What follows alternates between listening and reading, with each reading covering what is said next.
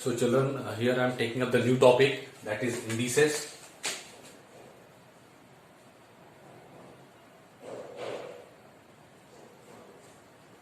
And this is your lesson number 8.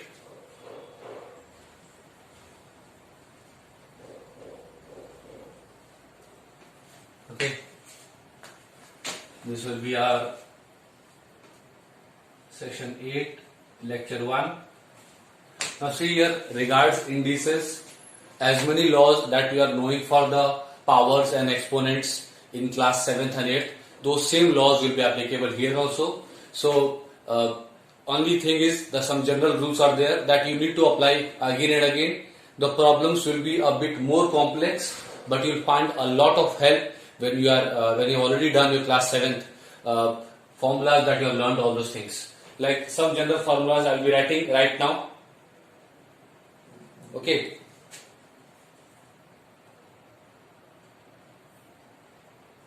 Like that formula you are knowing, a to the power m into a to the power n. If the base is same, then you can definitely add the powers. It will be a to the power m plus n. You must have learned this rule already. And a and b are what? Are rational numbers. A and B are rational numbers.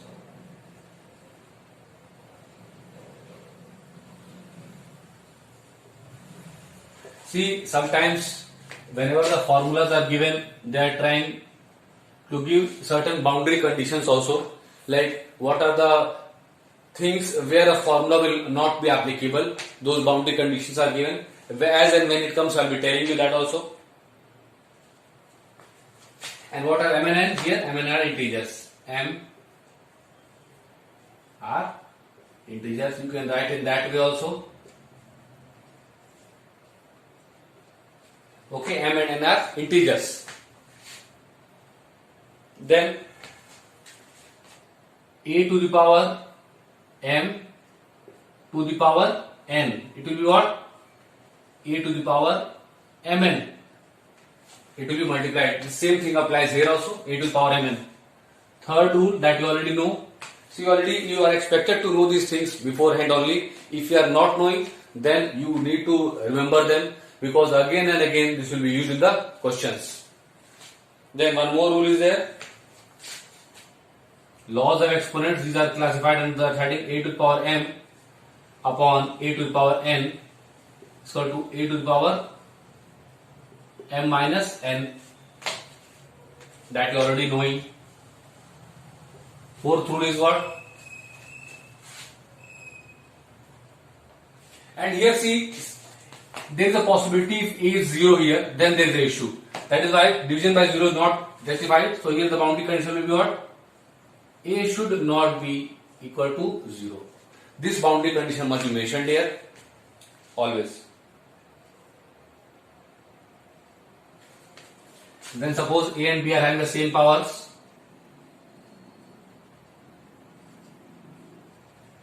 Then you can write them together as ab whole to the power m. Then fifth one can be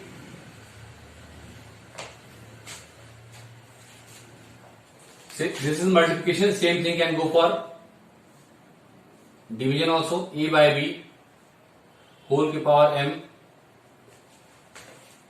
This can be written as a to the power m upon b to the power m.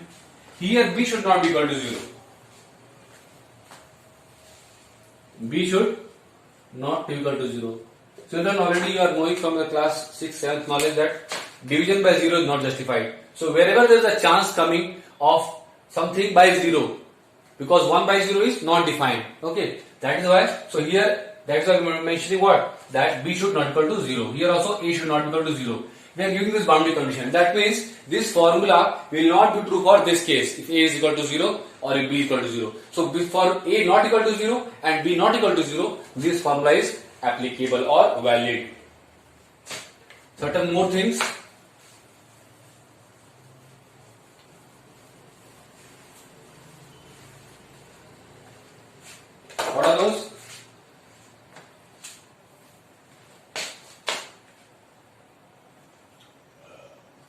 suppose fifth or sixth formula, whatever order is there, a to the power 0. What is that? 1. And now see here, one more law that you are already knowing is, or one more general rule, that 0 to the power 0 is not defined. So a should not be equal to 0 here. So a should not be equal to 0. Because 0 to the power 0 is also not defined. That is why here a should not be equal to 0. That is one boundary condition given here. Then one more rule is there. A to the power n can be written as 1 by a to the power minus n. Children, this rule will be used so many times. Okay.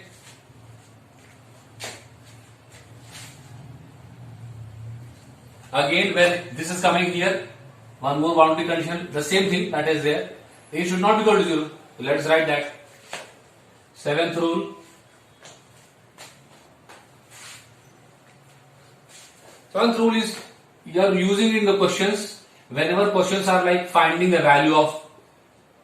If this is happening, if a to the power n is equal to b to the power n, if this is so, and n should not be equal to 0. So if n is not equal to 0, then what will happen? A is equal to b.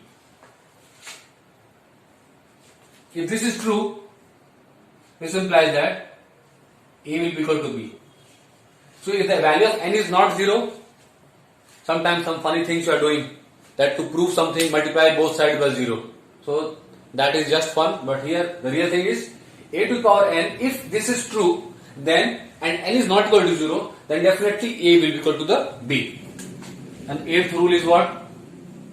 Law is there what?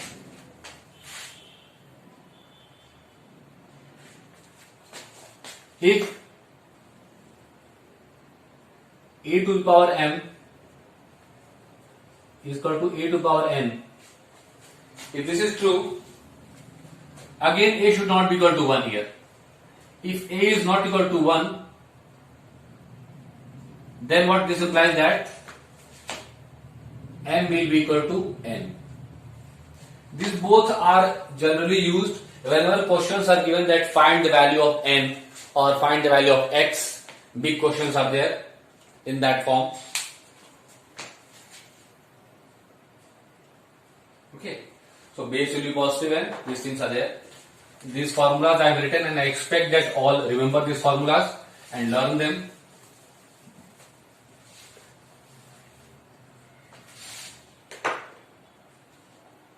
See, one more heading is given here, fractional indices or sorts. Suppose something is given a to the power m whole to the power 1 by n. What we can write it as? A to the power m by n we can write? Yes. A to the power m to the power whatever. Suppose had it been n, we could write like that what? See, a to the power, suppose it is a to the power m whole to the power n. What we are writing? A to the power mn. Same way this is fractional. This is called as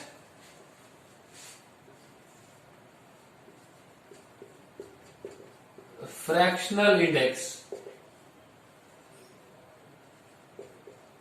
or surds. Okay, this is not fractional, so this law will extend here also, need not worry.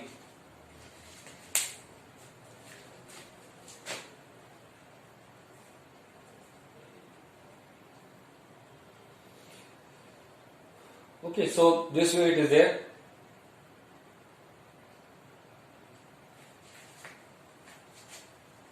And these laws which I have told you are extending for what? Real numbers also. Let us solve some questions and then we will learn more about these things.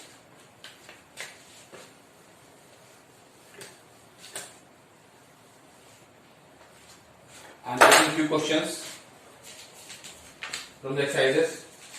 Solving questions will enable you to do more things. I expect all should take up short examples also. I am taking first question, first part.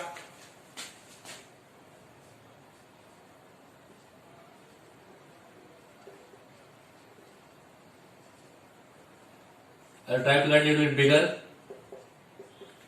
First question, first part is saying simplify. It is given 81 by 16 whole to the power 3 by 4.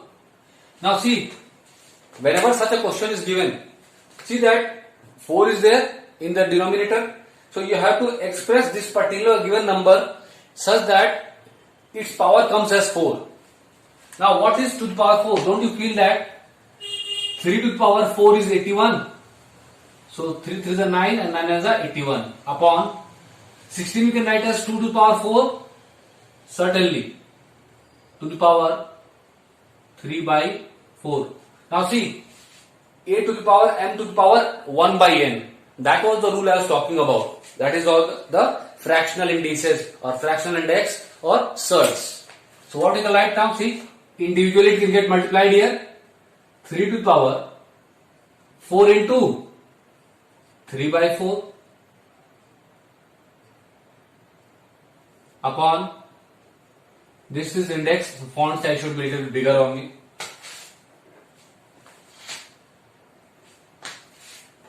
Use brackets judiciously, I will tell time and again. Upon 2 to the power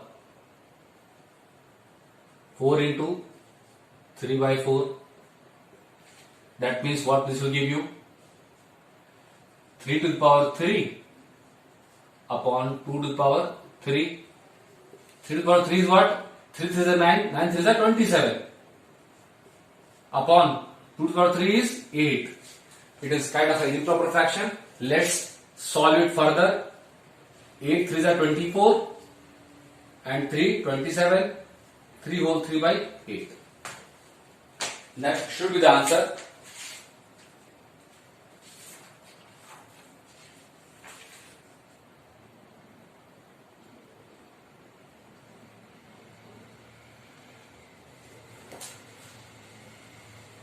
See, we have missed something in this question. What is that? Here I have put in 3 by 4. But in the question it is given minus 3 by 4. So let us put here minus 3 by 4. Okay. That means it will be minus here also. Minus here also. That is 3 to be 2 to the power minus 3 upon 2 to the power minus 3. That means 27 by 8 to the power minus 3. So what you can write here now? The question was not copied properly. So see here, power is negative, so you can write it as 8 by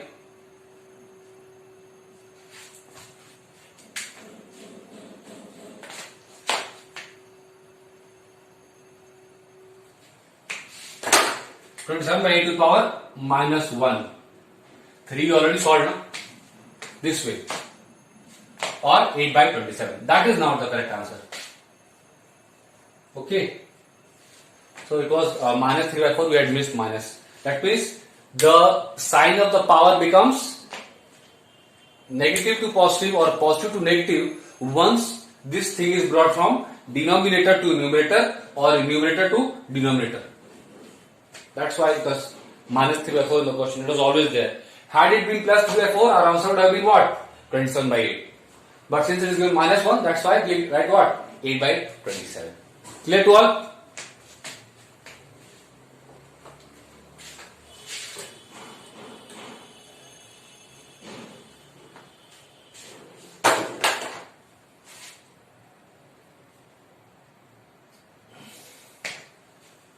Now, I am taking question number 2. First part. Let's note down the question properly. 2a to the power minus 3. 2a to the power minus 3. b square whole to the power 3. Let us see if you have noted everything properly. 2a to the power minus 3, b square power 3. Question is saying solve it. Let's solve it. See here. Power is on the whole. That means this power 3 will come on each of the components here. That means you can write it as 2 to the power 3 into e to the power minus 3 to the power 3, then into b to the power 2 whole to the power 3. Now 2 to the power 3 is what? 8. A to the power m to the power n, that means into a to the power minus 9. 3 3s are 9. And b to the power 2 3s are 6. That means it will be 8 b to the power 6. See here, power is negative. If you go in the denominator, it will become positive. Let us see what they have given the answer.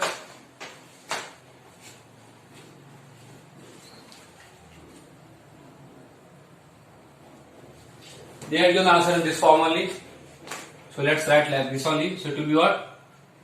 8a to the power minus 9 and b to the power 6. That is our answer. Need not convert in this form. That also is not wrong. Okay. I hope that makes many things clear.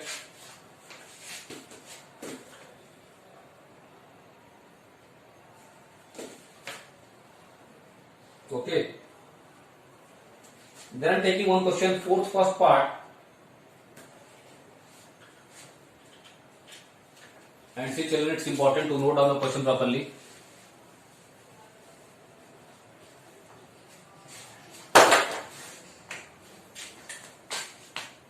Fourth first part I am taking. I will be giving you many more solutions. 3a by b to the power minus 1. 3a by b to the power minus 1 plus 2b by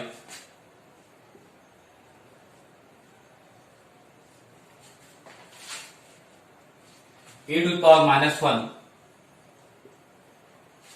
Let's see that question noted properly. 3a by b to the power minus 1, 2b by a to the power minus 1. Now see here, this is negative power. If this b to the power minus 1 goes in the numerator, its index will become positive. So it will be what? 3ab plus 2ba. ba or ab is same. It is what? 3ab plus 2ab. These both are like terms containing the same ab and ab. So 3 plus 2 is 5ab. This should be the answer. Let's check it out.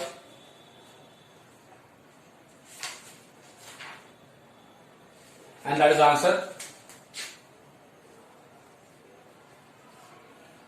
Okay, very simple question, and I think so this will clarify a lot of doubts that you are having in your mind.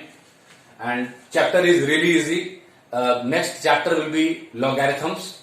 I will take maybe 1 or 2 more lectures before this, and then you will explain understanding more things. I will take more complicated questions because after question number 8 and all, more complicated questions are there. Basically, you can see from 21 the proving type questions are there. I will try to take up many questions from proving type also. Okay, that is itself that will be handy for you.